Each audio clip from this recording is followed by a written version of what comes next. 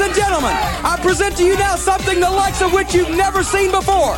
The most dangerous combination of professional sports. The skill, the strength, the stamina, and the ability of two men blended together as one. The most exciting combination in the history of professional wrestling. Twin sons of different mothers. Chris Adams and Mike Currents. Let Body Slam competition. Hello again, everybody, and welcome to Body Slam the Competition, episode 29 of the podcast now. 29. We are moving right along, and this week we have got a couple of things we want to cover. We had some technical difficulties last week and did not get to put a show out as much as we hated it, and decided to go ahead and get our stuff taken care of. But you know what that means? You know what that means, Chris? What does that mean, Mike? That means they get a special show this week. Oh, and of course, we got to include something special for our mishap last week, because, right. Even though it truly was not our fault, technical difficulties with internet-related materials, there's no way you wanted to see us and listen to us like this when you hear us talk, or at least I hope you wouldn't anyway. But we're back this week, rearing to go again. We'll touch a little bit last week on maybe a couple of things we missed. The WWE main event, plus Mike's going to catch you up on Lucha from last week, which was important that led to this week, to get you up to date on that right there. And we have a special show that's going to be episode 30. I'm not going to tell you what it is right now. We'll kind of hint to it here and there throughout the show to keep you interested, but it's a nice interview with a former WWE four-time tag team champion. Four times. Tag team champion, that's right. So we'll lead more to that later. But Mike, I want to get you going on Lucha Underground, one of our newfound loves that you yourself have found a big interest in and has started going over really a lot of the stuff with us. So catch us up to date on Lucha Underground. Well, first I want to talk about not this past week's Lucha Underground, but the week before. Because there's a lot of stir out there on the internet because Sexy Star has come out and talked about her No Moss match against Mariposa, which was absolutely freaking phenomenal. Two women in an I Quit match, Chris, and about a third of the way through the match, you forgot you were watching two women. Halfway through the match, you forgot you were watching two human beings. These two ladies took it to each other hard, and it was not the soft. They out-wrestled half of the men in the WWE in that match.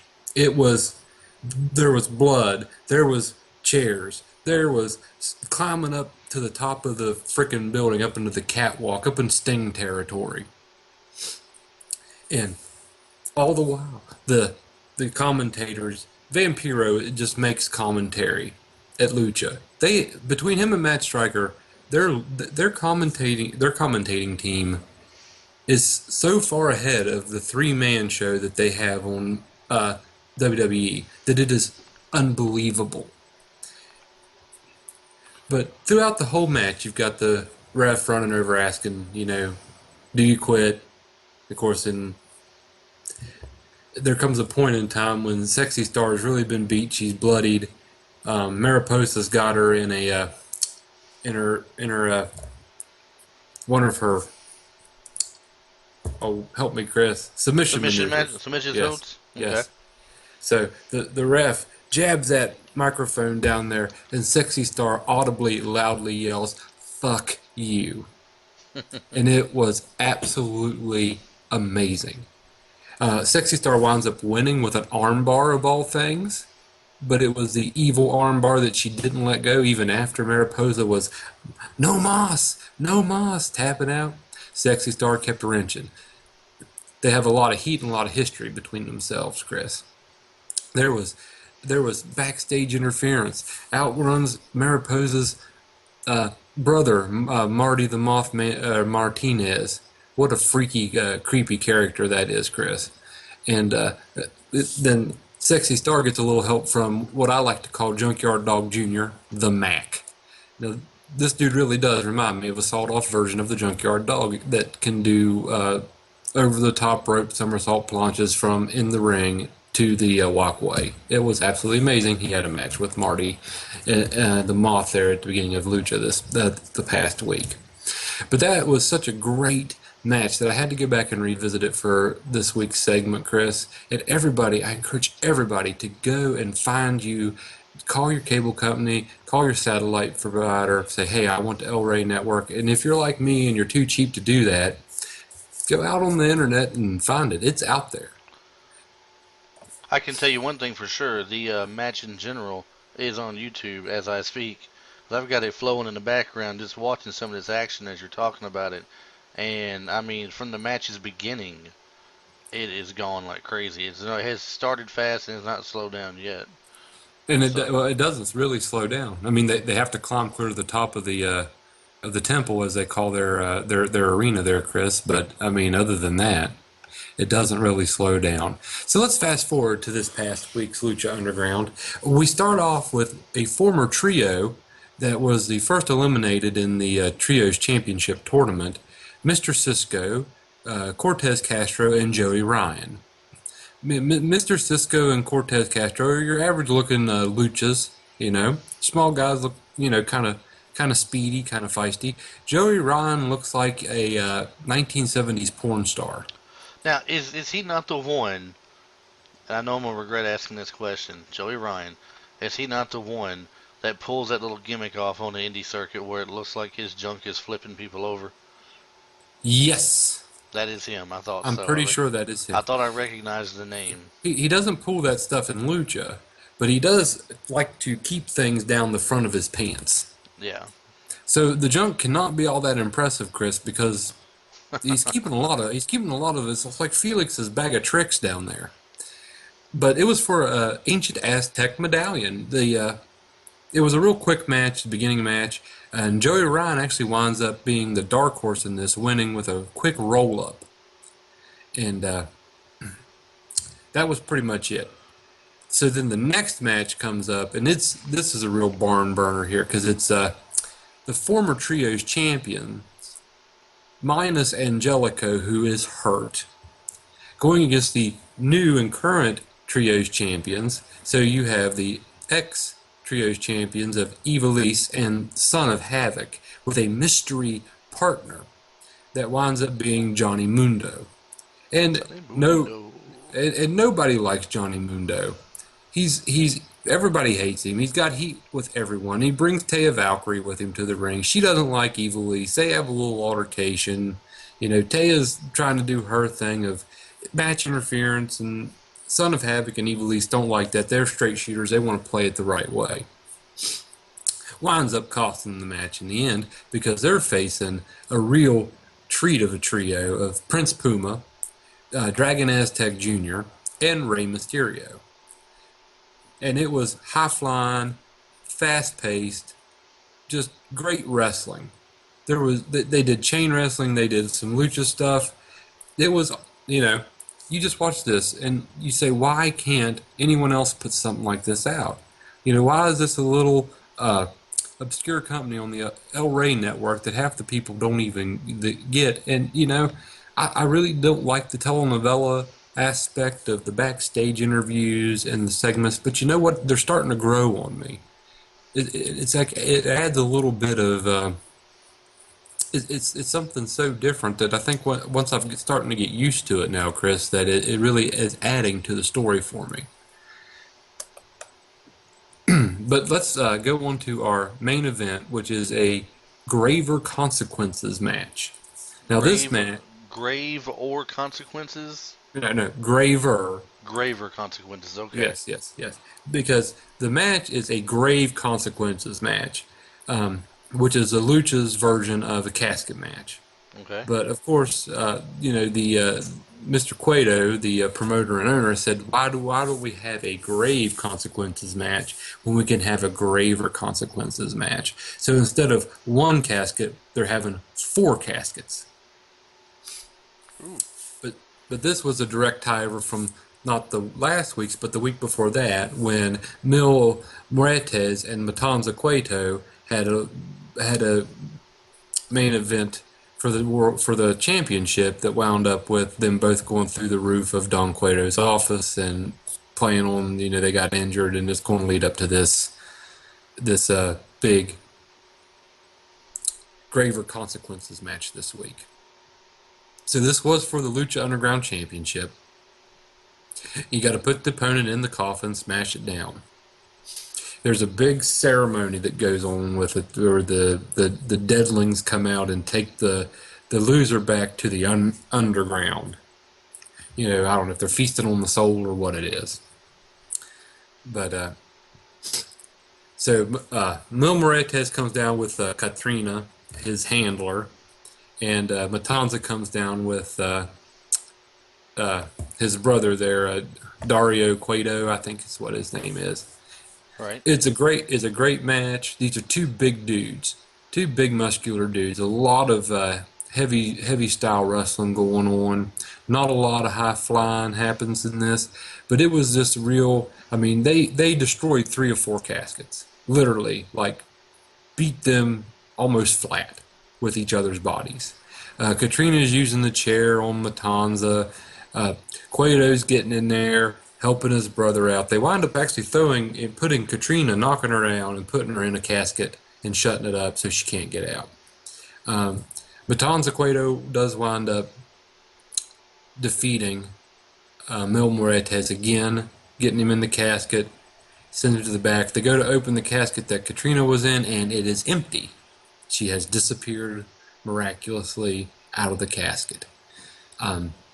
This was the end of the action, but it was not the end of Lucha, because they have been building up to a mystery person coming into the Aztec temple who is supposedly more powerful than Dario Cueto and his brother Matanza. Cueto seems to be a little bit afraid of this gentleman that's coming. And I have a feeling that next week we're going to see who this person is. It's a big build-up, so hopefully it's a good surprise. I'm sure there's a spoiler out there online somewhere of who it is, and I haven't looked it up yet because I don't want it to be spoiled for me. I don't want to spoil it for you, but there's nobody more evil than myself, so I might be showing up there next week. If I see you there next week, I'm going to turn it off. Dun dun dun. But that was in a nutshell this past week's Lucha Underground. Well, as usual, sounds like it doesn't disappoint. Good, high in action and everything, and storyline continues to build. They do a good job, it sounds like, for a show with only an hour that continues to build an ongoing storyline and still bring the fans great action. Oh yeah, they really do. Like I said, once you get past that telenovela aspect of the cheesy music and the sound effects and the little bit of out of this world kind of storyline that goes on, it really is probably the best wrestling on television. I'm going to say it. I think it's one of the things that draws the fans to it, though. I mean, it's unique in the way that it does it. The storytelling is unique on its own, whether it be cheesy or out of this world or whatever it may be. It's a break from the usual, I'm not a bad guy, I'm not a good guy, I'm just the guy, or I'm not this or I'm not that, or last week you talked about my mama, and this week I'm gonna smack you in the mouth. It's something that's unique and different, and people get into it. I mean, it's something a little more special to it. And then like the match you're talking about, like the No Moss match, which they are in the rafters as we speak, going at it. I mean, I can see what you're talking about by the action this match. Not even hearing the announce team saying anything because we're doing this. I'm watching, and it's nonstop movement, nonstop action. Those ladies are awesome. Those two ladies are freaking amazing. I think it was Sexy Star got drug up the steps by her hair. It looked like. Yes, because Mariposa, I think her hair is pretty much covered in that. It is, except for the ponytails that she's got coming out of it. But Mariposa gets a chair stuck in between her legs by the Sexy Star, vertically straight up and down. Yeah. And takes another chair and slams it further in. And the guys in the crowd are like, "Oh, no, she didn't. No, look at that. Oh my God." So, Chris, now that you're viewing it, what is your opinion there? Then, I mean, give me your honest. I know you haven't seen it before right now. I mean, no, I have not before. Just before this moment, no. And there's one of the run-ins that just happened. A guy in a yellow shirt's come out there and that must be Marty. That's Marty the Moth. That's one Okay. creepy sucker. Now, if you wait just a few minutes, a few seconds, the Mac will be out, Yeah, he's and got a you can shirt tell that says me. Aztec Pride. Oh yeah, he's doing the moth thing right now. Yeah, Okay. yeah. So Now and now, you tell me if the Mac doesn't remind man, you of the Junkyard well Dog when that's you get him. there. That's him right there, and he a more nimble junkyard dog maybe. Yeah. Yeah. I Or was gonna say he's or a sawed off. or an older version of Apollo. What's the guy's name of the new guy from Oh, NXT? Apollo Crews. Apollo Crews. Yeah, maybe an older version of him. Well, you know Apollo can move, so. But yeah, I can definitely see why you are so into this and everything. I mean, it's very very entertaining stuff I'm looking at right there. As far as this goes, after seeing this, I'll be going back looking for the rest of the show now, if not You got to full watch that shows. first match with Marty the Moth and the Mac. You got to see the Mac do that somersaulting plancha over the top rope onto the Moth as he walks to the ring. Well, it reminds me what you're talking about now.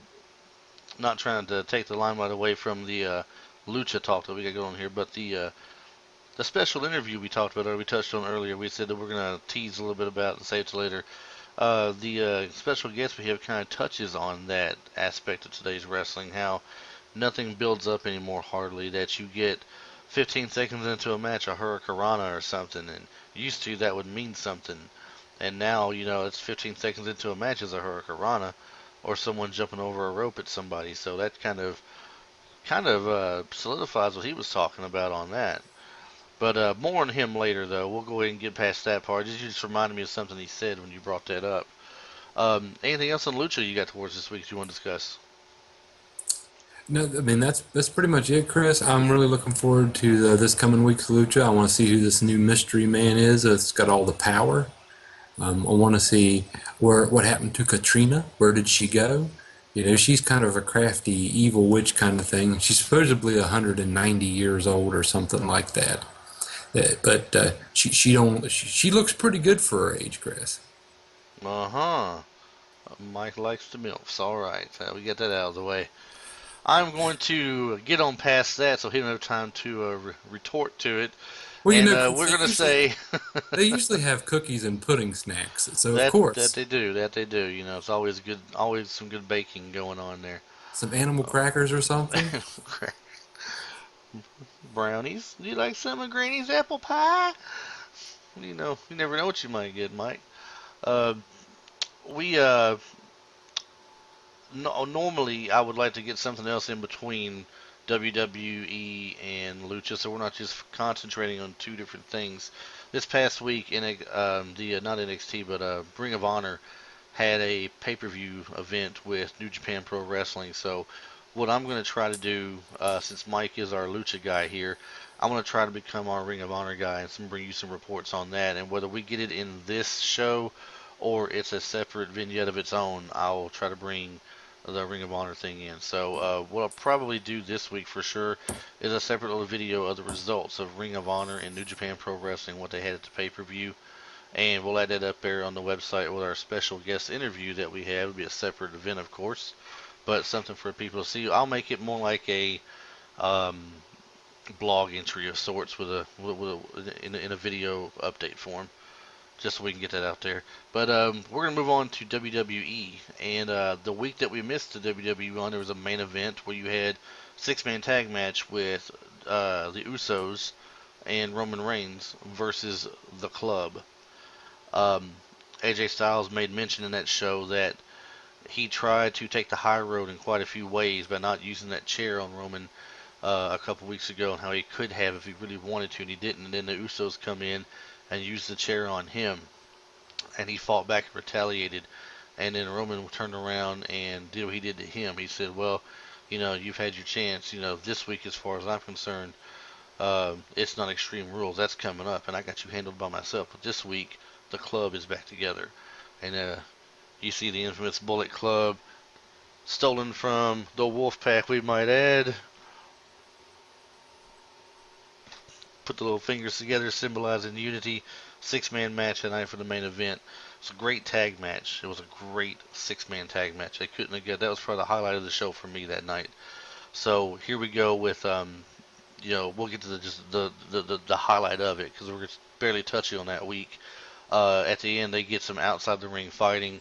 One of the Usos is left in the ring. AJ Styles climbs to the top, comes off the top rope with that flying forearm that he does, and puts the Uso brother out for the pin. 1, 2, 3. End the story on that one. Um, we'll go ahead and catch up to this week. There was some extracurricular activity after the match, I do believe, a little bit, as expected or should be, but we'll move on to this week's show.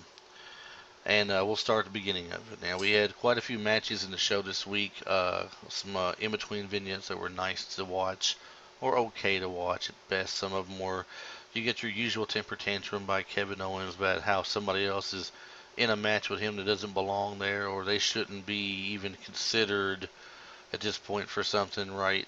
And this week it's Zack Ryder. Zack Ryder's happy with being there, he tells Shane McMahon, but he's not happy just being there. Just a few weeks ago, he was Intercontinental Champion. He feels like it was stolen from him. He hasn't had it back yet. He's out of the match completely, out of the running completely. Three other people in it, other than him in the Fatal 4-Way. So Shane's going to give him a chance. If he beats Kevin Owens, then he can have his spot in the Fatal 4-Way. That'll go later in the show. But first match, Baron Corbin versus Dolph Ziggler. Now, if you want to use your routine for a moment, Mike, we'll take a quick... match is over. Okay, thank you. They've done this several weeks now. Corbin and Ziggler, Corbin and Ziggler, Corbin and Ziggler. We see a run-in with Corbin and Ziggler. We see a match with Corbin and Ziggler. And it makes no sense whatsoever. Ziggler is just not a great matchup for Corbin. And I would like to see better usage of Dolph Ziggler. I would. In some matches that fit him better. But like I've said before, I'm not going to beat a dead horse. It doesn't work right. It don't seem like it works right for me. So, but Baron Corbin defeats Dolph Ziggler as he should. The man is probably twice his build, twice his size. He's taller than him. He's younger than him, stronger than him. He should be beating him every week handily. Last week there was a quick roll-up that Dolph Ziggler got on him and managed to win. So, but this week Baron Corbin defeats Dolph Ziggler. Next match to talk about, bring up is R-Truth. It's escorted to the ring by what's he like to call himself? Prince Pretty or something? Yeah, Tyler Breeze. Escorted to him to the ring. They get a tag team.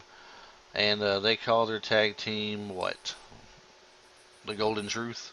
Or I don't know. You know, I saw R-Truth, I saw Tyler Breeze, and I said, the hell is this? The Golden Truth was that was him and Goldust. That was him and Goldust, yeah.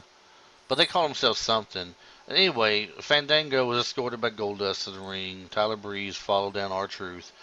As usual, it was they had a couple of, crowd, I don't even call it crowd pleasing, crowd reaction moments at the beginning of it where Fandango would do a couple of little dance moves because he got out of R-Truth's hold and R-Truth pulled his own dance move off with a huge hip toss, and then they went into a little more fighting style. So we released Damian Sandow and we keep Fandango.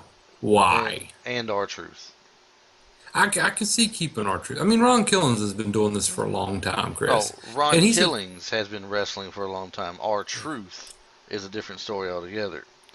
Bring us back to Ron Killings wrestler that we had in the past and let that go. Let that persona go. Get rid of this R-Truth character because it's worn out. It's past its prime. No one cares about it anymore. Nobody cared about it to why begin Fandango's still there? I don't know. Maybe he knows somebody. But yeah, Damian Sandow's gone, and we got Fandango still here. Doesn't make much sense. And we didn't go over that last week because we missed that. We were going to go over the releases. Damian Sandow, for those of you who don't know, was released by WWE. That was one of the big names. Wade Barrett's gone, although he asked to be put out more or less. You had the two mini Shetland American wrestlers. They like to, it's a politically correct term. Gran Torito, was that his name? The little bull? Yeah, El I don't Torito. know. El Torito, Gran Torito, Yes. El Hot Tamale. They had to get rid of Hornswoggle. Hornswoggle is gone. I thought Hornswoggle was gone a long time what's ago. the woman's name? Cameron? Was the woman named Cameron that's gone? Yeah, Cameron. The other Funkadactyl. Santino Marella is gone. He was more behind the scenes anyway. And seems like there was one more. I didn't really recognize the guy's name. You pointed him out to me.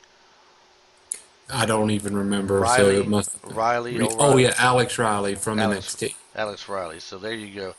About 8 people gone, and of all of them, Damian Sandow I don't get, but maybe Sandow and Barrett will be able to go somewhere and be better used now, if anything. The match with R-Truth and Fandango to get to what happens with Tyler Breeze stepped up on the apron, caused a distraction. There was a move pulled. I don't know if it was a roll up or some other move. Anyway, R-Truth gets the pin and the win, and it's over with. Thank goodness that one's gone. Next Well, match they had. you know what, Chris? That match reminds me. You know, our special guest is quite the dancer himself. It is true that you bring that up. I mean, it's not like, you know, He is no it's stranger not it, to it, dancing. it's not like Fandango can really hold a candle to the Oh dancing no, of our guests we're gonna have oh no. on the interview later. I mean, that's really good stuff. I mean, he was really world renowned and known for his dance moves. Well, I will say this, and he did point it out in the interview process. Those dance moves have been seen in Europe, all over Europe as well as the United States. So yes, world renowned would be correct, Mike. That is correct. Great pointing that out. That is an excellent point. I did not even think about that. Good lead into the interview for later. Our next match is Paige versus Charlotte. Now, before this match began, Flair was backstage pleading to Stephanie because he's been friends with Steph and Hunter for years and years. And if anybody knows what it's like for, a father and a daughter's bond, what it's like for the father and daughter to be together, it's Stephanie because she's so close with Vince. And he just don't think it's fair that he's not going to be able to be at her side at the next pay-per-view at Extreme Rules. And so she says, so what you're saying is that you'd like me to overturn my brother's decision of you not being there and let you be at the ring. And he says, yeah, yeah. And she says, so she tells him, no, I can't do that. Shane's decision will stand, and so they strike out there. So before the match starts yet again, he comes by Shane, tries to, get out there and talk to Shane. They get up there. Shane does his best little Ric Flair, does a little strut, for the camera. And Flair gives him a little woo for it, and they're talking about how, really and truly he understands, that what you're talking about with him at ringside, but it's like he's her mentor. It's her father, her father. He needs to be by her side, and he would really, really like if they would just overturn that situation and let him be at her ringside at Extreme Rules. And Shane tells him, uh, first off, yes, we've been friends for a long time. Thank you for that, by the way. Thank you for being friends as a family, but no, it will not change at Extreme Rules. You're still not allowed in ringside. And by the way, let's go ahead and prepare for that. You're not allowed at ringside tonight, either, for no reason. So he But starts Chris, getting. I got to point something out. Mhm. It's Extreme Rules. I understand. So Now, every match, so what if he runs out? He's not at a ringside. What if he runs out there and does something? It's Extreme Rules. it's Extreme Rules. It doesn't matter. So he may just run out there later in the match and do something anyway. People don't realize this. It's an Extreme Rules match, and I'm with you on Well, that. He may yeah, but not be escorting that's her to the ring, but during the match midway through, if it looks like something's going awry there, what's to keep him from running down there and distracting the ref and sliding something into Charlotte to use? nothing, nothing. But see, Chris, that's why we are here. We are here to help the people when they don't realize the little plot holes like this, the things that they can look for. That's what we're here for. But look back on recent Extreme Rules in the past few years. Have they really and truly been Extreme Rule matches? No. You think it's just a name. It's just a Oh name. yeah. I mean, of all the biggest thing they had was a glorified no disqualification match. They wanted to be a street brawl match, but it didn't even resemble one in any way whatsoever. Oh no, that No Moss match that you had been watching was more of an Extreme Rules match than anything the WWE's put out in the last 5 years. I would say so, and it's been over for quite a few minutes, but it definitely is more of a street match of any kind, or that we've seen, or an extreme match of any kind, hardcore match, whatever you want to call it. I wouldn't go hardcore because there were no Well, there was a trash can thrown at somebody at one point, so maybe we can go hardcore. I don't know. But it was definitely a better match than what I've seen that would be no disqualification rules anyway in WWE in a while. Oh, But Chris, did you see the news about Paige? We'll finish the I, match. Go ahead okay, and finish up okay. on the match. We'll finish the match and I'm gonna follow up with you next. I'm not sure where you're headed with that, unless you're talking about who they called her out with, dating in Europe or something. Because I did see that. But Paige goes out to fight Charlotte. Ric Flair is not allowed at the ringside, and Shane tells him, "I mean it, Rick. Don't go to the ring. Don't go there." So Natalya is already out there at the announcer's booth, and JBL, he's all giving her all kinds of grief and telling how she's not very I don't know. I forget the words he used. Anyway, what it boils down to is that she's not nice to the legends. She doesn't respect Ric Flair and all this stuff. And he goes, and you know it's that pay-per-view match. You know you gave up. I heard you right here yell how you quit. Are you saying Charles Robinson is a bad referee, that he did something to cheat in favor of her? I don't think so. He goes, I heard you yell. And she goes, well, you know, they say that when you guys get older, y'all get senile, so. And they're trading barbs back and forth and everything. And then the match starts. You get a little over 3/4 of the match, I guess. And Natalya stands up on the ring apron because Charlotte has done something a little crafty, we'll say.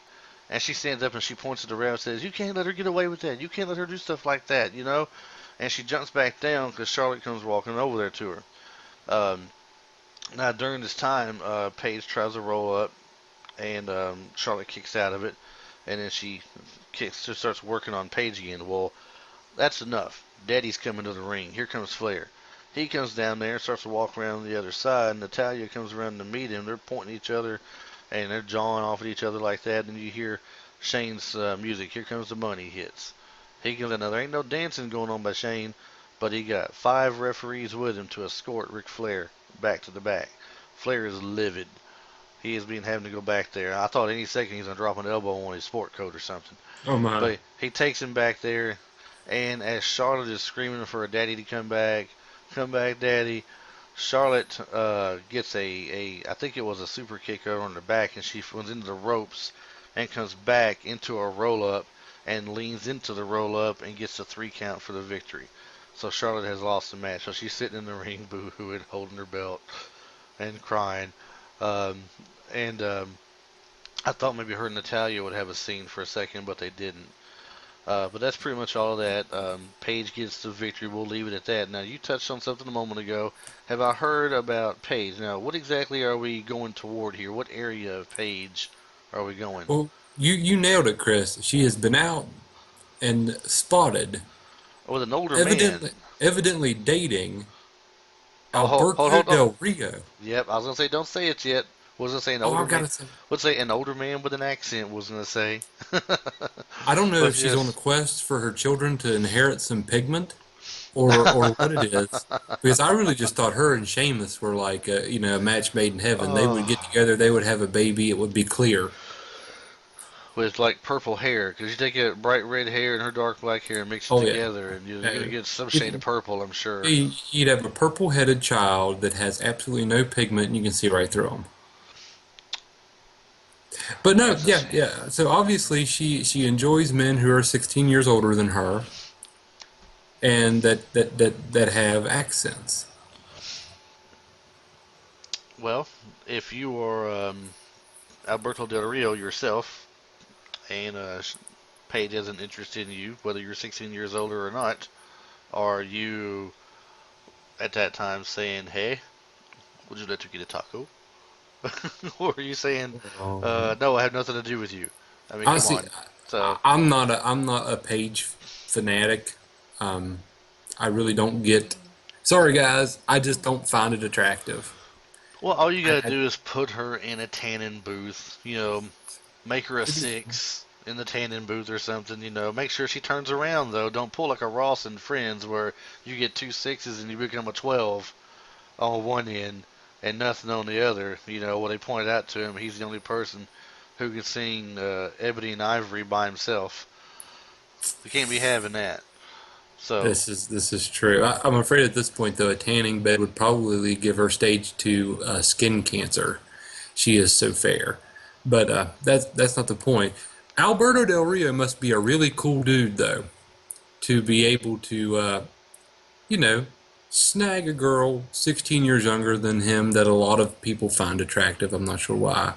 But one thing's for sure, Chris, and Alberto is not as cool as our special guest interview later this week. he is nowhere near as cool as our guest coming up this week. No, he is not. He just wishes he was a portion as cool as our guest, or even one of his uh, tag team partners he's had in the past.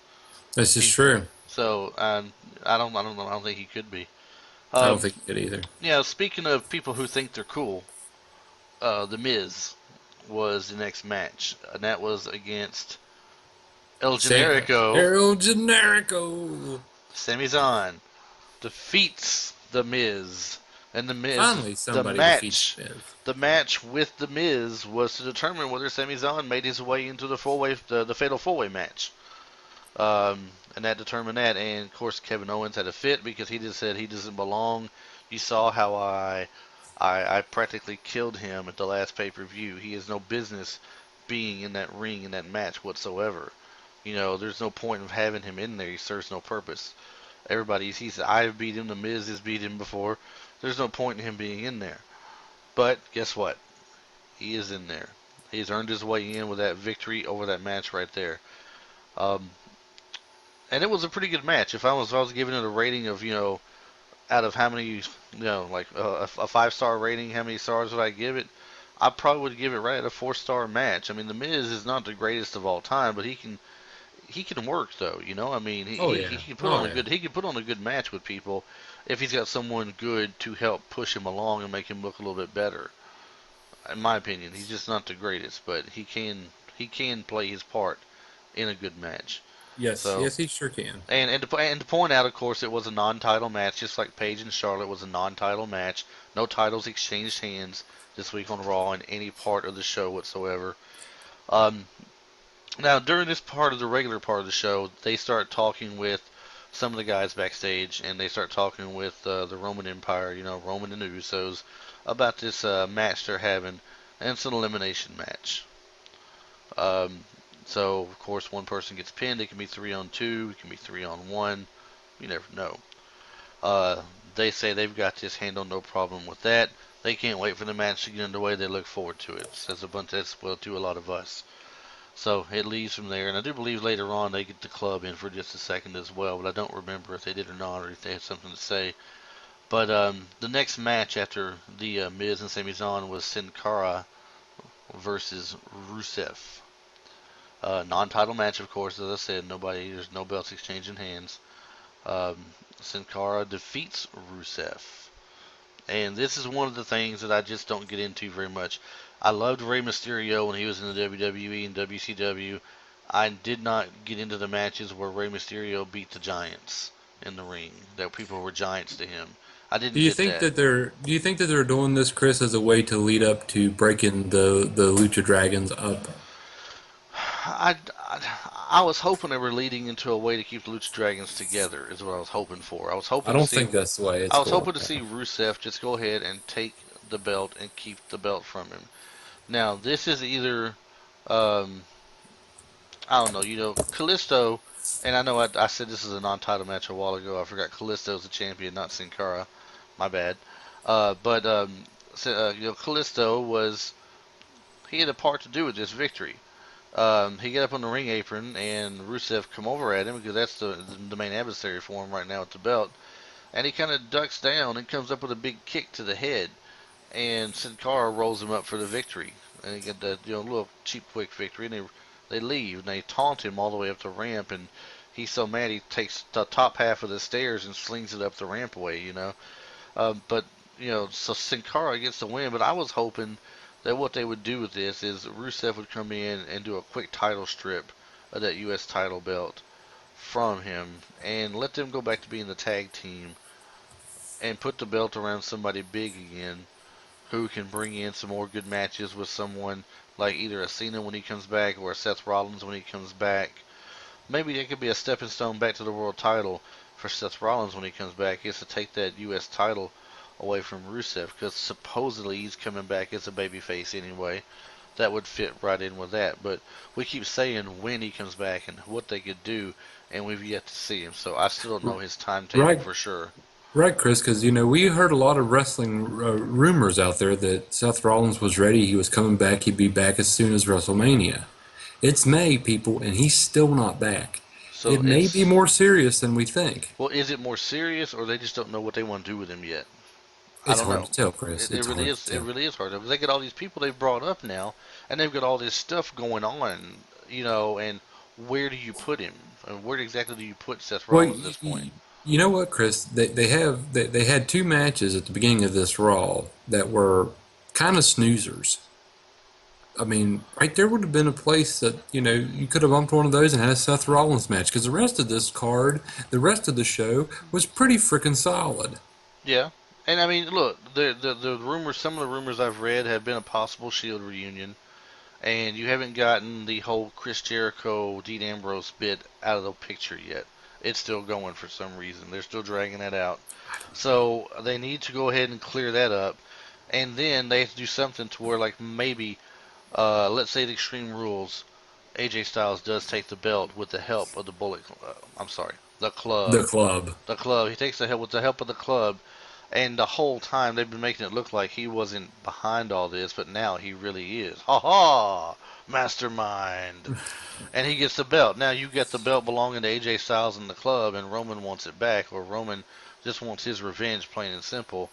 And the Club happens to be beating down um, him. And let's say that they talked about Balor making the Balor Club. Well, what if Balor comes up and just joins the club with AJ Styles? Or, yeah. I mean, of course, we've heard Balor with a leaked video from a live NXT event stating he was not leaving NXT. Well, you never know. You never can tell. He says You he don't. never can tell. He's been he's one of the people in the past that didn't want to leave because he's afraid they would not use him right on the main roster. Him and Samoa Joe both have been quoted saying that. So we don't know for sure. But if let's say somebody else comes up, or somebody else on the current roster joins the club, or they bring another former member of the club, and put him in there, right? What if that happens? So now you get the beatdown going on Roman Reigns. The Usos are out of action right now. We'll say Roman Reigns getting beat down. Dean Ambrose, of course, has to come to the rescue, and then it's 4-on-3 at that point, or maybe even 3-on-2. I'm sorry, 4-on-2 or 3-on-2 at that point, depending if they have an extra member yet. Let's say they don't have an extra member, and it's just 3-on-2. And, with Gallows and Anderson, that tag team is so bullyish. I mean, they could represent three people on their own. I was gonna say, hell, if Luke Gallows eats an extra piece of pizza, he can be another person. I mean, they're such a monster tag team with the moves, the power moves they do. Oh man. So them two and AJ, they're beating down on Ambrose and Reigns. What happens if that familiar music hits and you see the SR emblem, the Titantron? Seth Rollins comes down there, jumps on the club, and starts beating them down while the other two are beating them down. You get a reformation now of the Shield taking on the club. I keep wanting to say the Bullet Club, but not taking on the club at that point. That could very well happen. Now, do you want to make AJ Styles the heel, or do you want to leave him as a fan favorite? Personally, I don't care because he sells it either way greatly. Let's state this: will the fans allow them to make him a heel? Because listen how the fans cheer, some of the heels anyway when they come down. Because remember, Chris, they still cheer Triple H like he's a hero. Oh yeah, and he's not supposed to be. Well, they tried it at what WrestleMania was it where we had The Rock versus Hogan, and they tried to push Hogan as Hollywood Hogan NWO, and the crowd was having none of it, and we wound up with Hogan going off the Hollywood reservation,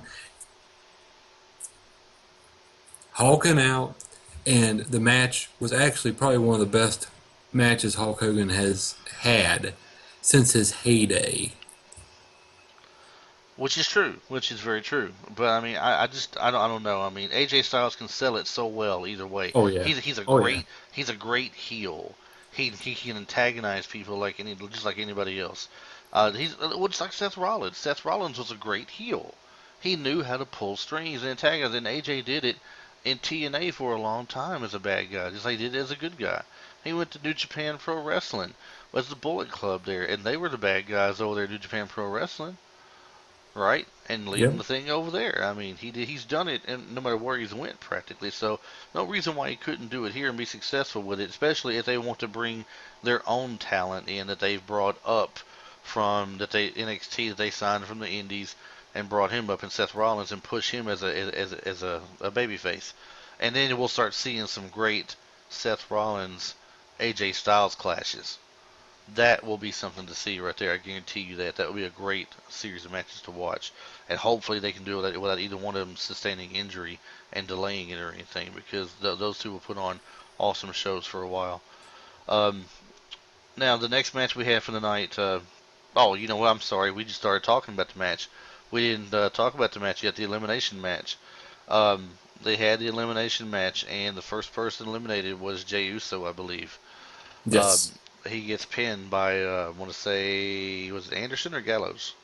It was one of the two. I don't remember which one, Chris. I know one of them was this. Whoever the monster one is, whichever one that one is. That's Gallows. Gallows. Then Gallows. I think Gallows pinned him.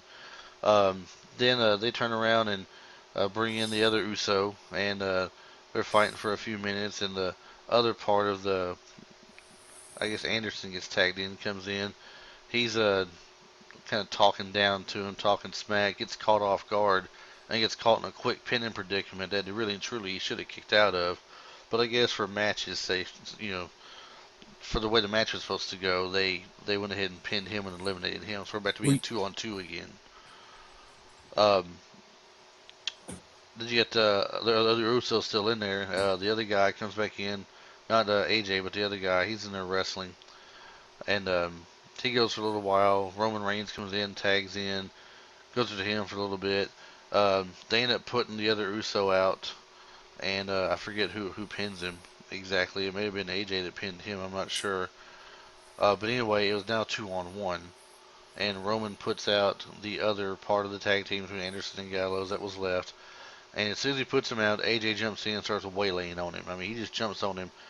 No mercy. He's on top of him, just pounding for all he's worth on him. Seems like Reigns rolls away and gets away. AJ dives for him again and gets on him, starts pounding on him. Hits him with that series he does where he does the back elbows or something, and then does that what some people call a Pele kick, where he just jumps backwards and kicks him in the face and knocks him silly. I don't know if he throws him out of the ring at that point or what, but anyway, Roman hits him out of the ring. AJ comes down there and starts clearing off the announcer's table. He's going to do to him what he did to him the week before. He's going to put him to that table. Well, it never actually gets to that point. Roman turns it back around on him. Looks like he's going to try and put him to the table again, and Anderson comes down there, hits Roman with the chair. DQ, match over with. Winner, Roman Reigns and the Usos by disqualification. But it didn't matter. Now they're there to do a job. Three of them are on the same page. They're going to start beating them down. The Usos come down there. The Usos and Anderson and Gallows battle their way out. Leaves the other two in the ring again. There's a chair sitting there. And AJ is beating him down and is going to put that move on him. And I forget what they call it. The Styles something. Oh, Styles Clash. Styles Clash. And he's going to put him face first on that chair. And then Roman gets out of it. And AJ just looks in disgust, basically. I guess at this point, I think he gets thrown out of the ring or knocked out of the ring, too. And as he's coming back in, he's going to get on that top rope and do that goes that forearm. And Roman's looking at him and just daring him to come in at him with it. And he says, "Here, hold up." He kicks the chair over to him and says, "Why don't you go ahead and use that in the process?" So AJ looks at it and looks at him. He shakes and says, No. He kicks it back over at him and says, "Why don't you use it? Pick it up." He said, "Come on, pick it up." So, as he's waiting for him to do it, finally Roman leans on and picks it up. AJ hits the top rope, lunges forward, knowing he's not going to hit it anyway, and just jumps over him and rolls out of the ring and backs his way out and tells him, "Don't worry, yours is coming." yours is coming at Extreme Rules. It's coming hard. He's just letting him know, this is you get to win this week. Enjoy it while you can, though it's coming. And that was the end of that match. Now that normally would be your end of the show, right? Right. No, this was not the end Not of the this show. week. No, not this week at all. Um, After that match, Kevin Owens has a match against Zack Ryder to see who gets to go on in the Fatal 4-Way, and we know, of course, Kevin Owens wins that. I really wish they would throw Zack Ryder a bone. It I did. was I mean, when he had the Intercontinental belt, I was so happy for him. He'd been a while in the making. He got a belt, finally got some gold, and they just make a mockery of it the next day. The very next day. Speaking of which, I'm just gonna. This is hey, this is our show. We can do what we want, right? We can say what we want. oh yeah. Mockery. Can you define the term mockery for me? Or just simple terms, making fun of somebody. You're mocking Yeah, them. You're making fun of them. yeah. If you're imitating somebody, imitation, are you making fun of them? No. You're just trying to be like them. You're trying to pull off your best version of them, which is why they say imitation is the sincerest form of flattery, right? That is true. Not gonna throw any names out there. Don't want to hurt no feelings. I know somebody, and if she's watching, she knows it's her. But just so you know, mockery is not the biggest form of flattery. That's not how it goes. Okay. Just want to get that out of the way. I couldn't help it, Mike. I figured it's our show, our platform. We can say what we want sometimes. Had to get that out there and off my chest. We're all good. Final match of the night. Final match. I'll explain that to you in a minute, by the way. Final match of the night. The Dudley Boys. Against none other than who? The New Day. The New Day. The New Day come out there and talk about how they're going to be facing the Vaudevillains, and they're going to beat them with a giant booty-o, and I swear it's a big booty-o about this big around that they're carrying. And what cracked me up is Big E is that they're going, we know all about these Vaudevillains. Yeah, we know about them, don't we, guys? Don't we? Yeah, we know. They don't like people like us, do they? No, they want to go back in a time when people like us wasn't welcome. What? Smartphone users. I'm talking about smartphone users, of course. What'd you think I was talking about? We're so smart. Smartphone users, We're great. We're great. We know all this stuff. They can hang with us and everything. And as they're going through that part right there, I think it was starting to really bomb on them. And luckily for them, the Dudley Boys music hits and they come down. So the match wasn't all that bad, but it really wasn't all that great either for a New Day match. You may have liked it more because you're a New Day fan. I am kind of liking the New Day, but the match didn't do nothing for me. It is a non-title match. They lost. The Vaudevillains come in, had some something to do with it, and then they put a hurting on. Was it Kofi or was it Darren? They put not Darren, but Now I know his name, but I keep but wanting you to said say Darren. I keep wanting to say Darren Young. It's not Darren Young. No, He's the it's guy not. that Bob Backlund's going to make a better person. I was really very surprised to see Bob Backlund on television again. I don't understand why they had to bring Bob Backlund back for this, but yeah, Bob Backlund. Exactly. Hey, I like Bob Backlund. Xavier Woods.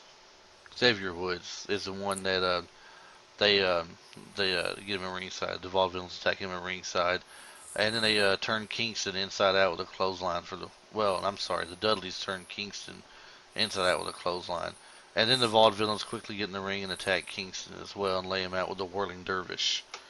So.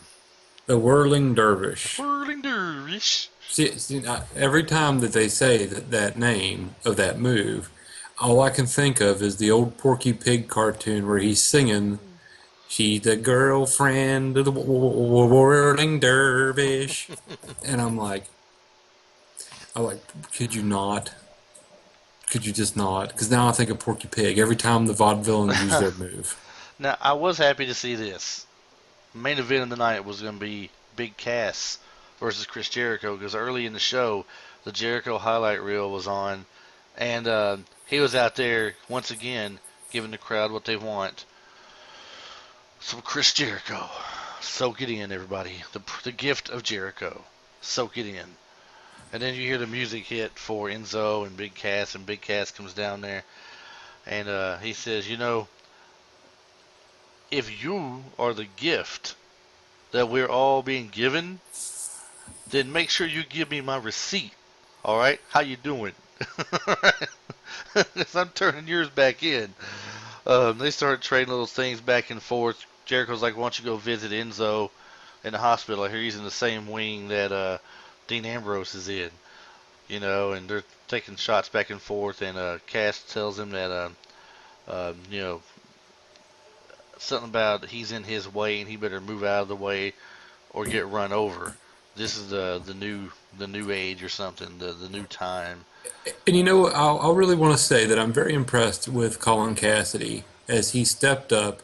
Enzo was the mouthpiece. Enzo's the mic guy. He's great at it. Cass spelled soft incorrectly, but it was it's great.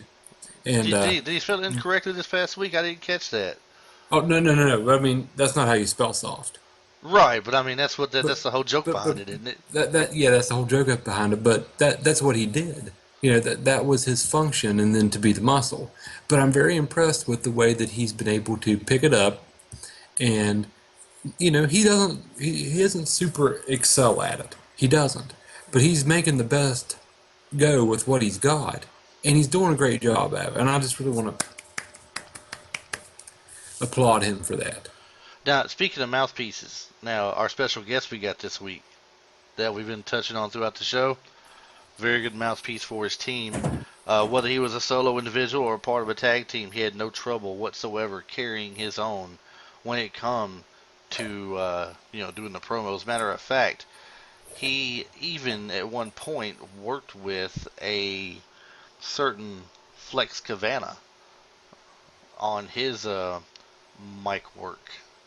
It will say when he first came out. For those of you who don't remember, hold on. For those of you who don't remember Flex Cavana, we're not going to tell you. Look it up. If you don't know him, we're shocked and we're hurt. So that's all we can say.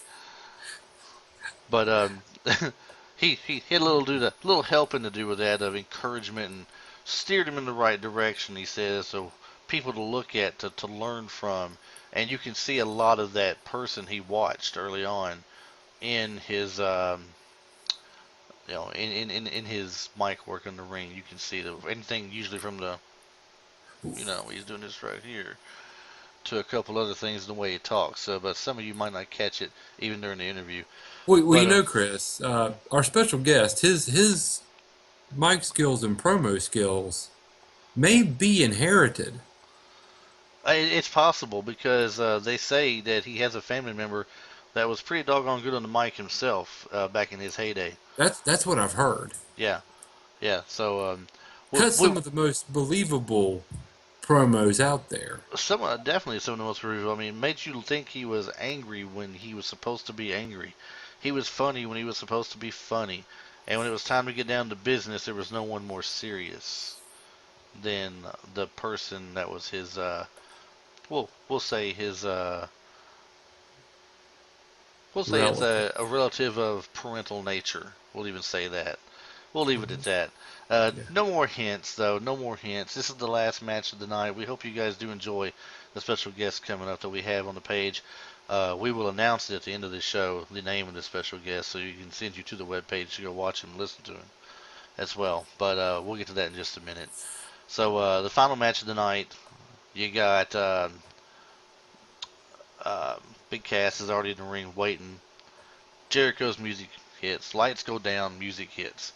You see Jericho coming out, but all of a sudden all you see is the lighted jacket. It looks like it's falling to the floor. It's like he fell down, and you don't know what's happening. And then all of a sudden he stands back up and does his usual, head down, arms out for the lights to see the back of his jacket, all lighted up and everything. And he turns around. He's doing his hands like always, but he's keeping his head down, backing up to the ring. Gets in the ring, lights come on, heads down, hood over him. Like you couldn't tell who it was at this point, Lights are on already. I don't care if his hood's down or not. It's Dean Ambrose. Dean Ambrose has jumped him and he's got the jacket. And Jericho's trying to come down there and get in the ring and get in it. But every time he steps toward the ring, he looks like he's going to rip the jacket a little bit. And just so he knows he's serious, he tears a part of the inside of the liner. And he's begging for him to stop. Stop. It's a $15,000 jacket, you moron. You know, stop it. I can sew what's wrong with it right now. I can sew that. It's okay. Just don't do no more. Don't tear no more. And, you know, of course, Ambrose is enjoying this, right? Oh, yeah. It's right down his line right there. So he starts, do you hear a staticky noise? Oh, hold on. No, it's going away now. Yeah, it went away.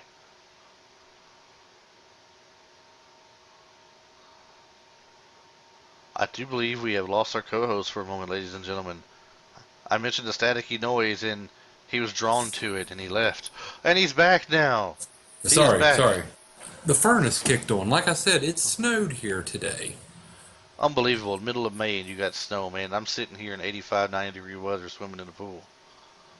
Unbelievable. Just rub it in some more, Chris. I'm not trying to rub it in. I'm just pointing out the obvious of how unusual that is. You know, that I would be swimming in the pool today in 80, 90-degree weather, and you'd be in the snow with the furnace on today. I mean, West Virginia or not. I mean, come on. Yeah. I think it's about 34 degrees outside right now. And I feel so bad for you. And as hot as this room I'm in currently right now that I do this podcast out of, this is also where I work from. As most people know, I work from home. So this is also my office setup too that I work from, and it stays so hot in this room. We have a little, one vent for air in here does not work very well. We've improved it a little bit lately because we've had to break down and adjust the air and turn it down some, say 68 degrees, just to get it to cool off in this house. But it was worth it. I will not lie. I'll pay the extra money for the electric bill. Whew. Anyway, as we're back to the match here, he's enjoying. It's okay, don't worry about it. He's enjoying this too much, this jacket. And when he sees how much it means to Jericho, he completely loses it and doesn't care no more because, hey, you broke Mitch, my potted plant. Now, you're in trouble. So he tears the jacket. I mean, it's like Hulk Hogan in that yellow shirt. He just comes. Oh, it was destroyed. It was destroyed. It was absolutely trashed. Jericho was so heartbroken. He was about to cry. Look, he wanted to practically cry. He's up there holding the jacket when he finally gets to get in, because he gets in there finally, and he beats him down. He beats Jericho down a little bit. Ambrose does, and shows him the coat, and he stomps on the lights, and he rips the thing out of it that controls part of it, stomps all over it, and Jericho tries to leave. He grabs what's left of it to leave and get away. As he runs out, who does he run into outside the ring? None other than Big Cass himself. And he told him earlier, "You're in my way. You get out of my way, or I'm going to run through you." So Jericho looks at him and he goes, "Are you stupid? Do you know who I am?" And he smacks him across the face. And he just looks at him, and he grabs him by the neck, it looks like, and picks him up, and he says, "Are you stupid? Do you not realize there's something?" He slams him into the wall, picks him up, throws him back up in the ring, gives him right back to Ambrose, lets him do a little bit more damage to him, lets him tear the coat up a little bit more. Cass goes ahead and leaves. Ambrose is shortly behind him, but the job's been done. The jacket is obliterated. And then it cuts to the back as you see Stephanie and Shane watching it, and they're exchanging jokes on the cost of the jacket and how they've got things that cost that much, but it's not a jacket with lights on it. It's other stuff. And it kind of goes off when he leaves. She's looking at a picture of Shane and his father when he was little, kind of smirking at the picture a little bit. So she's got some ulterior motive going on. Oh, yeah. She's got something up her trousers. She's yet to reveal it. Now, there's been rumor kicked around. Our good friend Scott Middleton sent me a link not too long ago. That is a possibility of Shane and Triple H fighting for power of the company. Just like he did with The Undertaker. No. Yep, another one of those. Why? Another one of those. Why? I don't know, but him versus Triple H is more believable than him versus The Undertaker in Hell in a Cell. That's true. More believable, at least. I don't know if that'll even happen. It is rumor. Me and Scott was talking about it. We said we know it hasn't been proven true yet. It's a rumor. You can't believe everything that you see or hear. It's out here on the internet, so it's just strictly a rumor, nothing solid to it yet. But if it happens, it Oh. happens. And that was the end of the show, pretty much. It goes off with Jericho crying in the ring. So that's pretty much our week there. So we're going to go ahead and jump to our preview of our special guest that we have. We've teased you guys long enough. We've given you hints. We said he's a great dancer, that Fandango can't touch him. We said that he's quite the cool individual. We said he's helped people like Flex Cavana with his mic work. And for those of y'all who don't know now, and hopefully you've looked it up, and if you haven't, Flex Cavana is none other than The Rock. I can't do it, but I'll do this. Back when he first came into wrestling, he was Flex Cavana, and they sent him to the Memphis Wrestling Organization to kind of hone his gift there, to improve upon it. And if you have not seen it, go to YouTube and pull up Brian Christopher, who is our special guest this week. Yes, Grandmaster Sexy of Too Cool. And Brian, if you're watching this, sexy. I'm drawing it out for you. That's how it's supposed to be, buddy. So we have Brian Christopher on, and he's a great interview. He tells some fun stories, some fun times. And to give you a brief hint of what's going on there, he talks about working with The Rock when he first came in. This was The Rock's first live TV interview on Memphis television, and Brian had just done his. And he says, "Tell him what we're going to do to him, Flex. Tell him." And they're going to fight Lawler and Dundee on TV. Jerry Lawler and Bill Dundee. And he takes it. He looks and he says, "Let me tell you what we're going to do." And I can't do it like he did earlier without laughing. But he said something along the lines of, "I snack on danger and I dine on death." and he says a couple other things. And finally, Brian says, "I'd take the mic from him." He said, "Excuse us all. He's all new here this week. Okay, let me tell you what we're going to do." And I asked him, I said, "Well, which one was he, Hawk or Animal?" He said, "Yeah, exactly, the Road Warriors, and, that snack on nature, dine on death." So it was hilarious, but he's got a lot of great stuff to say. It probably runs 30, somewhere I think close to 30 to 35 minutes probably. So it's not a real long interview, but it is very fun and very entertaining. And I want you guys to go to the website and watch it and enjoy it. What's that website again, Chris? The website, of course, as we always say, http://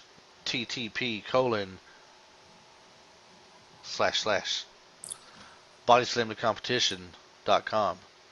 And there, not only will you see this week's surprise guest in the interview, we have the rest of all of our podcasts are up in any non-specific order. We have re-uploaded some of them at different times for iTunes purposes, to get them back on iTunes. Other than that, you can, as I just mentioned, get our stuff on iTunes. Some of our podcasts are available there. They're all available on the webpage. Though that's the best part about it. All of our podcasts, all the blogs that we've written, they are there. There's a couple of Monday Night Rants with Mike Kearns himself on there, talking about what he was upset with for the week in wrestling and Raw.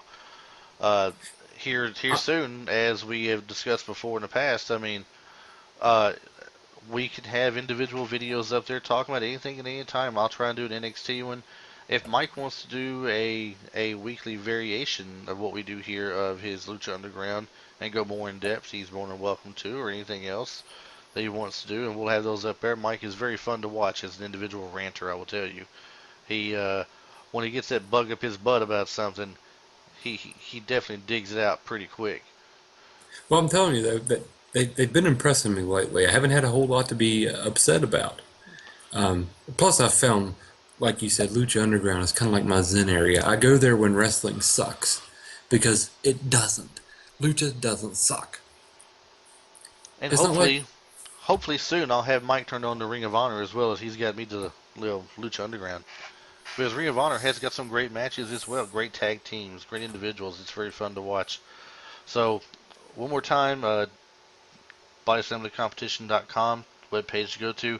You will find us on there. At the top of the page, you will find our link to Facebook, to YouTube, as well as our Twitter handle, BodySlamTheComp, at BodySlamTheComp. You can address us there.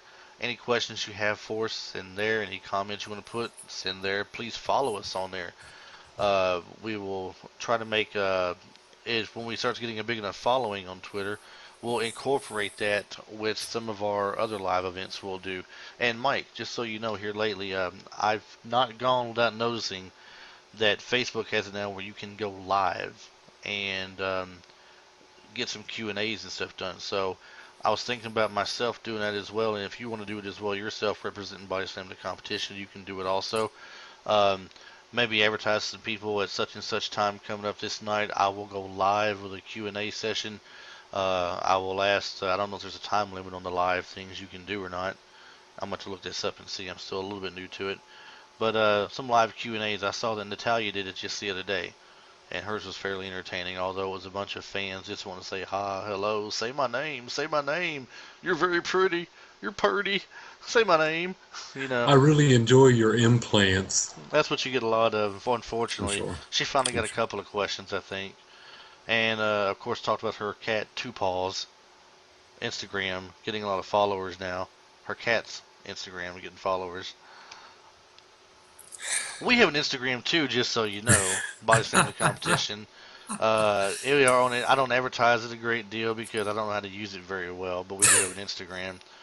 If Mike will get we're off his we're all non-social, if Mike will get off his non-social media tail and help me with some of these, we will get better. I promise. But yeah. right now, I really need to try to figure out that Twitter thing. right now we are struggling with some of these things, and there's so much out there you can do. It's pitiful. I'm feeling really Pitiful. old, Chris. I'm feeling very dated. I know, and I want to put a couple of things out here I don't normally put out. I haven't put this out in weeks, but our friends at Robin Ray's Wrestling Everything Wrestling page, give these guys a look. rrewp.com. They do a web podcast also. They're similar to us in a way, but they do more of just a fun aspect and joke around a lot and talk some wrestling. We do more of an opinionated kind of a deal here. They're just straight up reporting the facts for the most part. We'll report facts, but we get a lot of opinion and fun stuff we put in with it. We're very Um, opinionated, Chris and right, I we are, and our opinions are always right. exactly. We're And not if here. you don't like it, We're not here to well, argue with you. We're here to and tell you why we're right. That's all. yeah, and if you don't like it, in the words, in the infamous words of Sexy Star, fuck you. But check out RREWP, Robin Ray's Everything Wrestling page. The Rob, the Ray, the Kev, all three of them. Very entertaining. And here recently they've been having the IQ appear on the show. And you will be seeing bits and pieces of the IQ here with us here soon as well. Dropping some videos in or some audios for us, one of the two. He has a podcast, a blog of his own that's out there. I'm going to have to get the name of that blog from him again soon I so I do can start believe it plugging is his the blog. greatest. What is it? The greatest wrestling blog on God's green earth. I believe that's it. It's in reference to Harley Race, the term. Yes. So he's a big Harley Race man. He's got a lot of great wrestling knowledge as well. Jeff the IQ Teeters. Um, One thing we have been doing lately, I will say this: if you go to the website and you're reading the podcast, I'm sorry, you're listening to the podcast from there, or you're reading any of the blogs that are up, check out the bottom of the blog. We have at least one down there right now. I may be putting a second one up there soon. There's a link to GoDaddy on there. That's where we do our hosting services too. If you yourself are interested in learning or in building a blog page, a website to represent yourself, your business, your likes, what you want to do. If you want to do exactly what we do, you can do it there as well. It has PowerPress plugins for blogging. It's really great. But you can go there, click the link at the bottom of it, sign up through there, as we are an affiliate advertiser through them. And if you do go through us, we do earn a couple of dollars, and that helps going toward the podcast and hopefully bringing you some more quality people on as well, like our special guest Brian Christopher this week. There is also something on one or two of them for audio blocks as well.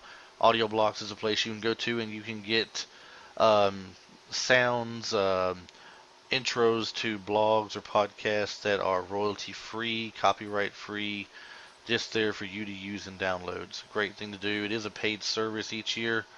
But you pay for it for the year and you get access to millions of different downloads that you can't always get somewhere else without facing the possibilities of trouble. So it's a great place to visit as well. If you click on one of those, if you see them on there, we're an affiliate link to them as well. and you're doing nothing but helping out the show at that point and helping us improve the show and bring on quality guests and maybe even bumping up to a different type of Chris, podcast. you can be honest with the people. They know why we're trying to get their money. Hair Oh. restoration surgery. Hair restoration. I don't.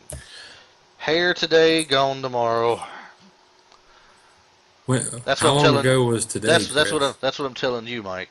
My tomorrow been a long time ago. Oh well, I'm telling you, it's bad. It's you know. But in all seriousness, definitely visit the page. Check out those areas I told you about just then. Visit us on YouTube. Visit us on Facebook, and join the group we're on there to keep up to date with us on the group. I have an idea of something here coming up soon, Mike. I'm going to run by you. It's a special giveaway kind of deal. It's going to be a DVD giveaway. We're going to give away the Mankind video. I have a Mankind video I'm going to give away here. And I forget the exact name of it. It's a WWE that was bought here recently by myself. But I had to buy a second one because my dog got a hold of Mr. Sacco and chewed him in half on one of them, which I'm just putting up with it and dealing with it. So I'll have half of Mr. Sacco, and I'll have a giveaway with the other one. So we'll come up with a good idea for that to try and get some of you listeners involved out there as a part of the contest for the giveaway. Until that time, Mike, check out your show this week. Keep us up to date. I will try to come back with a Ring of Honor here soon, and we hope you guys are back with us next week. Don't forget to go to the website, listen to Brian Christopher, Grandmaster Sexay of Too Cool fame, and you will definitely enjoy that as well. Mike, close us out, man. New Day rocks. New Day rocks. And if you don't like it, they're going to beat you with a giant bootio. Booty-o! All right, everybody. They make sure you ain't booty. That you ain't booty. All right, everybody. We'll see you next week. All right. Goodbye.